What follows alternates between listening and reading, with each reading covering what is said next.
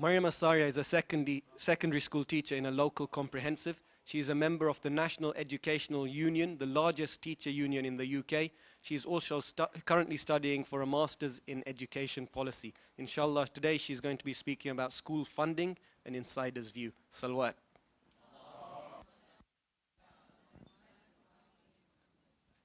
Assalamu alaikum.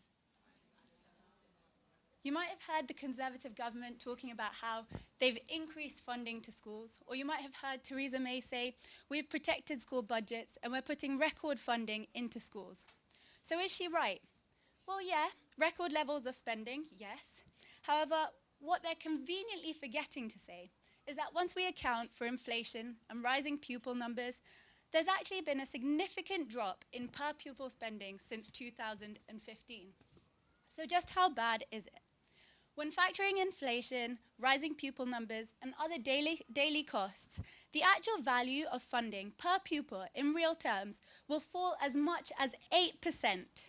The National Audit Office in 2017 wrote in a report that this will mean mainstream schools will need to make £3 billion in efficiency savings by 2020 in order to make up the costs. In the last general election, the education unions, together with parents and other campaigners, ensured education was a top priority for our next government. And as a result of this campaign, we actually managed to win back £1.3 billion. Most of this money, however, came elsewhere from the Department of Education's budget. According to the National Education Union, schools are still actually £2 billion a year worse off than they were 2 years ago. Can I have the next slide, please? Prior to the last election, the School Cuts website was developed with the education unions. This website offers details on how much funding schools individually are actually going to lose. So if you want to search for a particular school, you can actually visit the website. The website is schoolcuts.org.uk. Type in your school and you'll find out how much each one is losing. So the three that I've chosen are schools that I know that a lot of community members actually attend. So I've got Noah Hill, Vaughan Primary School, and Watford Grammar School for boys. So you can see Noah Hill High School is losing just under £450,000 between 2015 and 2020. That's around £287 per pupil. Vaughan Primary School, just under £200,000. Watford Grammar School for boys, just over £200,000.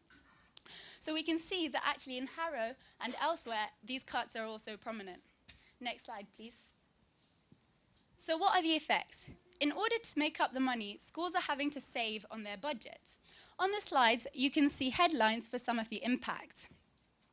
Teaching assistants are being made redundant, specialist teachers dealing with children with certain special educational needs are being cut, and what this means is that particular students who might need particular extra care or extra help aren't actually receiving this anymore, and we're not able to give the education that they deserve.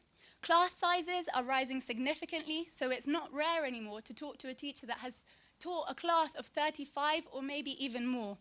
Extracurricular activities are being taken away, or they're only being made accessible to parents who are able to pay for them. Arts funding is being slashed, so we're no longer able to offer our students the holistic education that we once were able to offer.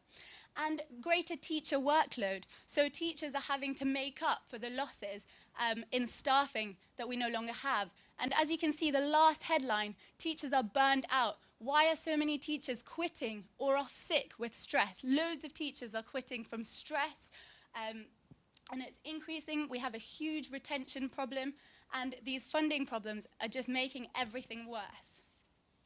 Next slide, please. In addition to this, schools have actually now started to ask parents to help in order to survive. So you can see cash-strapped schools asking for parental contributions of up to £600. Just loads of schools in general are now asking for parents to actually help the schools to survive. Next slide, please. So what can we do? Firstly, I urge you to visit the School Cuts website to see how much your local school is losing. So again, the website's on the board. We need to increase awareness. We need to talk about it.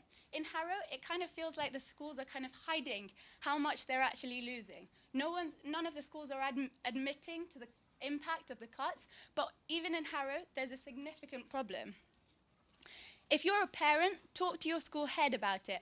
There's actually a campaign currently where schools are hanging these banners outside the school gates to make sure that parents are aware of how much their school, or how much their borough is losing.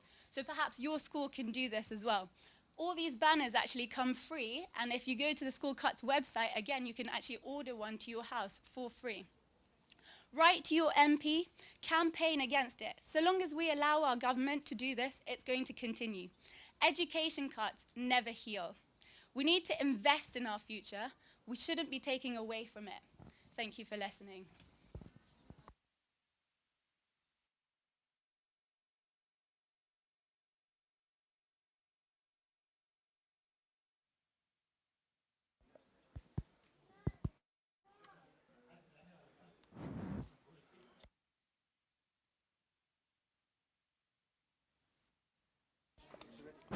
Brothers and sisters, we have about 20 minutes before Salah time.